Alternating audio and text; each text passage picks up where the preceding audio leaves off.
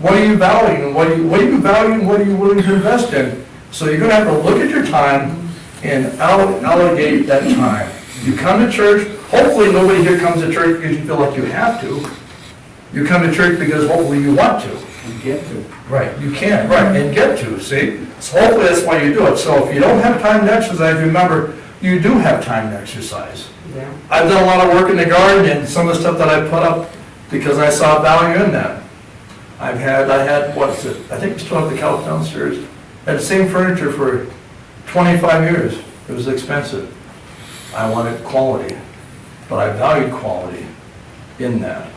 So you value your health, take the time necessary. If you don't have the time, I can show you where you have the time. Let me know your schedule, I'll show you how to squeeze it in. No, literally, because you do have the time. Yeah. Everybody makes excuses. When I need things done, a lot of times, I will hire somebody online because if I call somebody that's actually, let's say it's like somebody who's does video work or whatever, everybody says they're busy. They're busy doing what they want to do. Be busy taking care of the business of taking care of your health so that you can take care of God's business. For what know you not that your body is the temple of the Holy Ghost? You're not your own, for you're bought with a price. This Son, He sent His Son down to die for us, okay? To help us in all of these things. It's going to make a big difference in you and how you handle the fall. You know, I used to say this one thing, what was it? Whether they're rich or whether they're poor, we all have the choice to open the door to great health or the door to great wealth. You choose for you and I'll choose for me. It's just a choice that people have to make. And as I drive around, even from the first book that I ever wrote, I didn't understand why people spent so much time making their yard pristine and no time taking care of what God had given to them. And these are people that I know of that give a lot and care about a lot of people, but they spend very little time taking care of their health. And the reason I'm sharing that with you again is because I believe in so many areas that people have, the devil has kind of made people almost feel like it's vain or it's a sin to exercise. You know, body exercise profit little, it does profit. But they felt like it was almost a sin, so that was their excuse. Well, it feels vain. Well, you know, if you're walking, if every time you walk past the mirror, I don't walk past the mirror, I'm looking in the mirror. You know when I look in the mirror? When I'm putting on my tricep, I'm getting ready.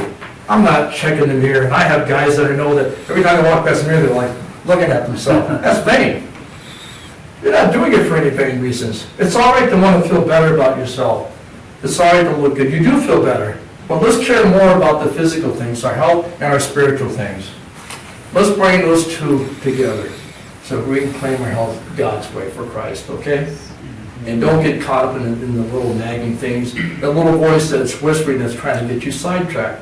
So if you leave here today and you don't do the things that you know that you should do, then you got sidetracked somehow. The devil came in there because he knows if he can defeat you in that area of your life, you can't do the things that you need to do for him. You think you can, but you really can't because you don't have the same energy level. Yeah, see, I'm high energy because I take care of myself, nothing else. Yeah. And I make sure that I stay humble. When I say I haven't been sick, when I say this and that, I always say, thank you, Lord. Mark would always say that. I thank God that I'm able to do that. But I got a revelation in areas that I struggle with. Again, what do I need more of? I need more of the scripture in that area of my life. I need more of that.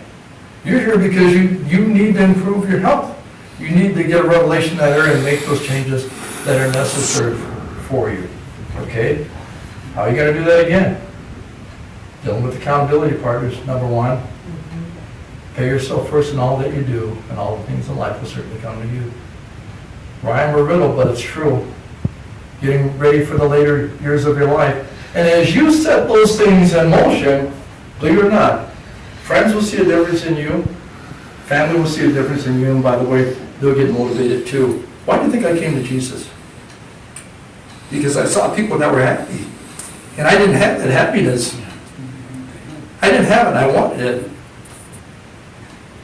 You don't even know how much I wanted it. Because I didn't have it. It was weird. It's just weird. You know, when you're walking around and I was a wrestler and all that other stuff, but I wasn't happy, man. And they had that peace that passed all understanding, and I wanted that. And a lot of people say they want what I have, but they're not willing to do the things that I've done. I have so many friends, man, that are worth so much money, but they don't take care of what God has given to them.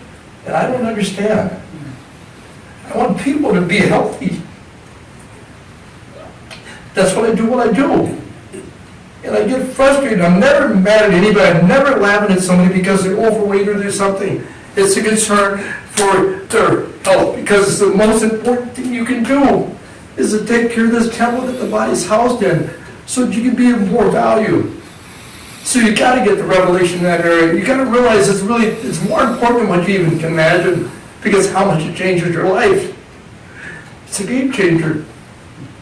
If I didn't have God in my life would be different. I don't steal anymore. When I was young, I'd steal, I'd lie all the time and all that stuff. And God has given me so much integrity. And like I said, I'm still a work in progress, but He's given me so much integrity that I don't have to defend myself with people. They know when I say something, I'm always going to honor my word, no matter what it is. So I had the Lord to say, hey, you need to train this pastor for free for 6 months. Spirit-led, I did. Some of those people, I don't think they received the gift well. When I say they didn't think they received the gift well, is because afterwards they weren't doing what they were supposed to do. That's between them and God. But I have to be that vessel to be open to what the Spirit has to say. And the reason I keep going back saying I'm a work in progress is because it's God's grace. Everything that I have is by the grace of God, period. But He gives us a choice. He just choose this day whom you will serve. Okay? That's in everything. You want to choose, for spiritually speaking, physically speaking, what are you going to do with what God has given you? That's the key. What are we going to do when you leave here today? What are we going to do?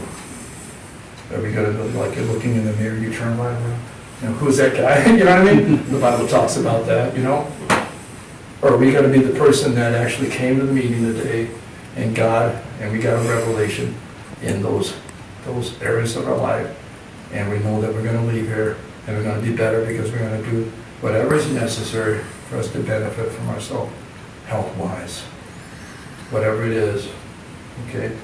Whether it's running, whether it's jogging, whatever it is, but definitely we have to discipline ourselves, bring our bodies under subjection, okay? Moderation, control, and dealing with what we think about and what we speak about and our actions. And even now, as you're sitting there, I don't know what kind of things that you're thinking about, but let's have it be kingdom mind to think about the things of God. Think of those things that are good report, And it's like, I remember one time I used to be embarrassed because I always cried when I'm preaching or teaching because that's how the Spirit worshiped me, but it is what it is. I'm not ashamed of the gospel of Christ. I'm not ashamed of what the Spirit does with me. But I want to make sure that when you leave here today, that you're leaving feeling empowered spiritually to do the things that you need to do to make those changes in your life. Questions as I'm speaking? Anybody have anything on your mind? I know Donna, you always have something to say, my wife. Worded them out. I think just as a reflection, the knowing what is right to do and you don't do it, that's sin. That's a hard one. Because you don't want to admit you're sinning,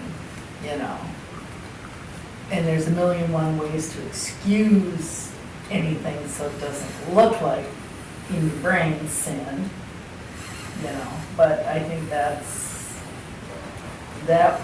when you said that, it was like, I gotta start looking at things differently. Right. The abundance of the heart, the mouth speaketh, We all have those things that are there, that we gotta work on. So we gotta start speaking the truth. And I think the hardest battle for most people is, and the devil does that, he does it, see, I always relate everything to the physical and the spiritual. So when you first get saved, that they're coming along immediately trying to take that word and steal that word that was sent to you, okay?